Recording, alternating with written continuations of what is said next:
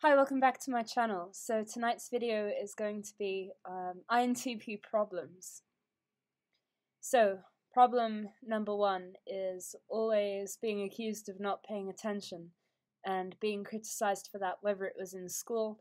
I was always told that I wasn't focusing, even though I was, I would be looking as though I weren't paying attention, but I was actually well, I don't know. I mean, I was sometimes concentrating and sometimes not, but I do have a tendency to seem like I'm not paying attention when I am. I'm just drifting off somehow.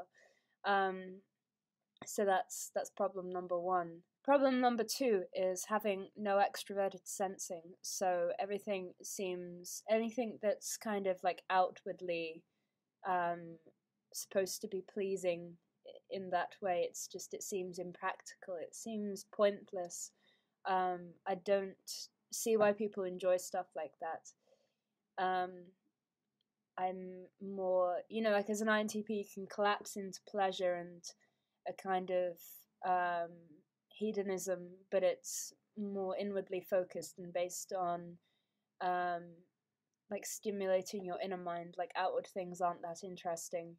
And this is kind of a problem because a lot of people are interested in nice, aesthetic, nice, outwardly sensory things, which I just don't have. Intimidating.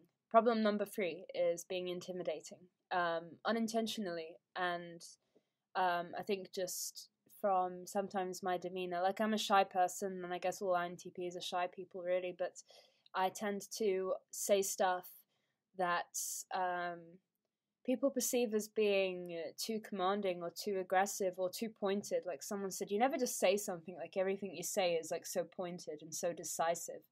And it's not, but for some reason people tend to perceive me as being more confident than I mean to appear, as though that's a bad thing. I mean, it can be a bad thing, right? You get people who want to, they see it as a threat, and so they try to kind of to knock you down.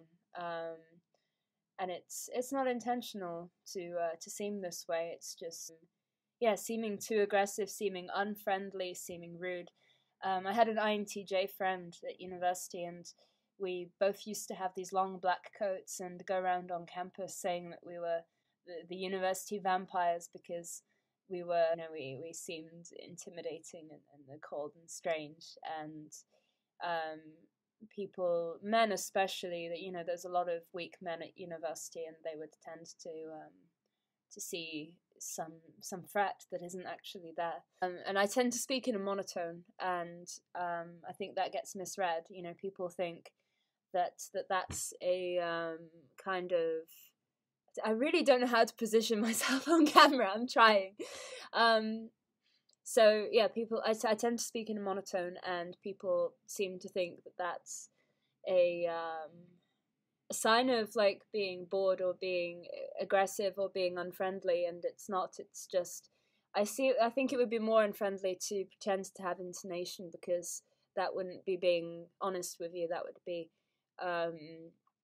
that would be pretending something that I'm not. And I think it's best to be yourself, and myself just doesn't have any intonation. So I mean, it does sometimes on video. I notice when I'm making videos, there's like a temptation to do the YouTuber intonation, the American intonation that a lot of YouTubers use. But yeah, I'm sorry. I'm checking my notes.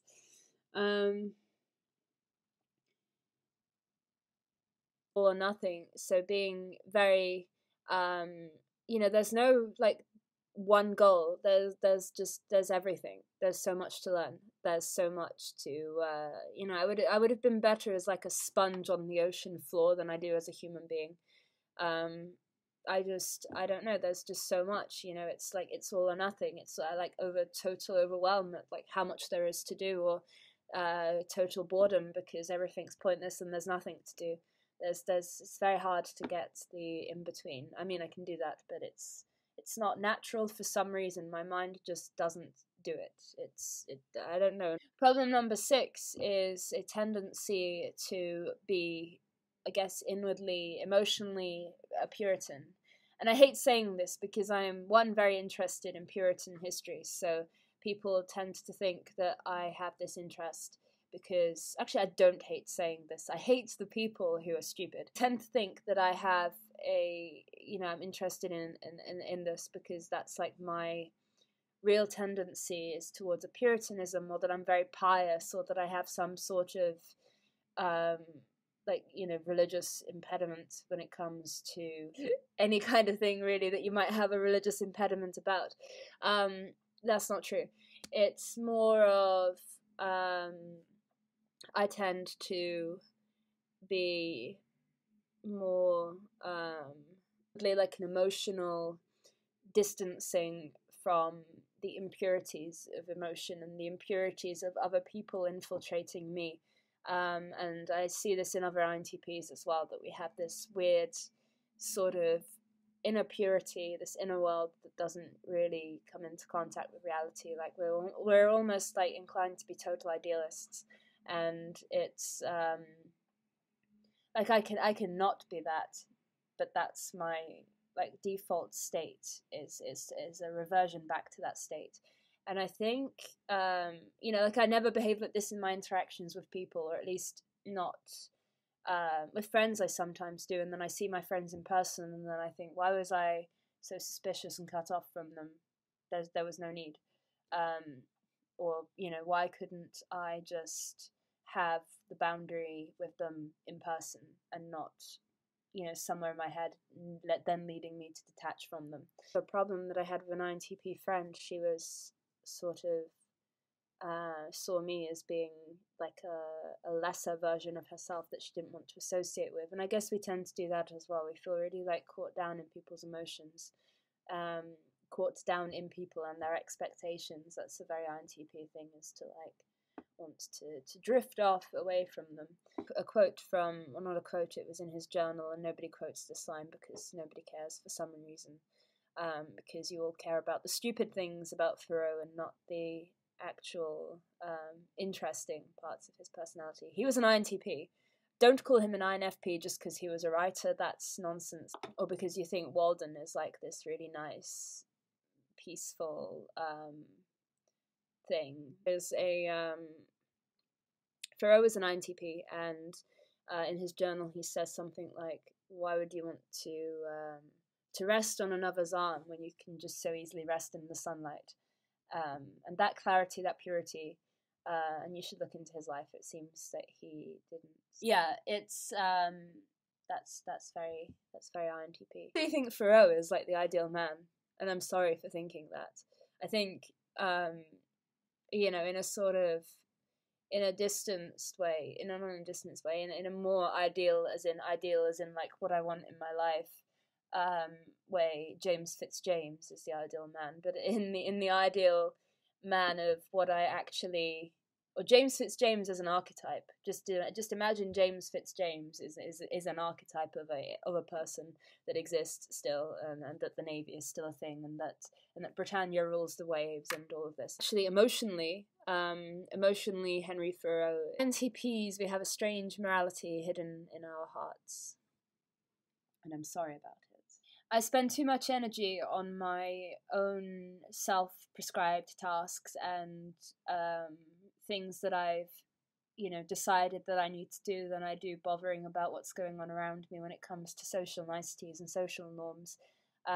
It's tiring enough to have to do the things that I've set myself to do in my head, so I don't see any need to expend energy on social appropriateness, and so it comes off very uncanny and very weird and very inconsiderate. If you're an ESFJ, you know who you are. We value truth, so we tend to go into very long-winded explanations for everything just to perfectly delineate what happened in the most perfect, easily explained, truthfully explained way, which is actually like a horrible tangent that's going to take you on a very long and winding path, but you'll get to see everything on the way, and that's how we feel like we're doing you an honor.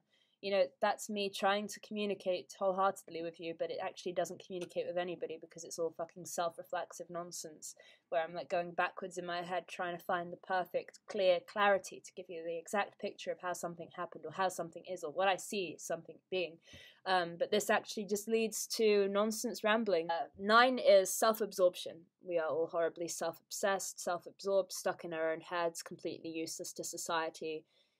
We shouldn't exist.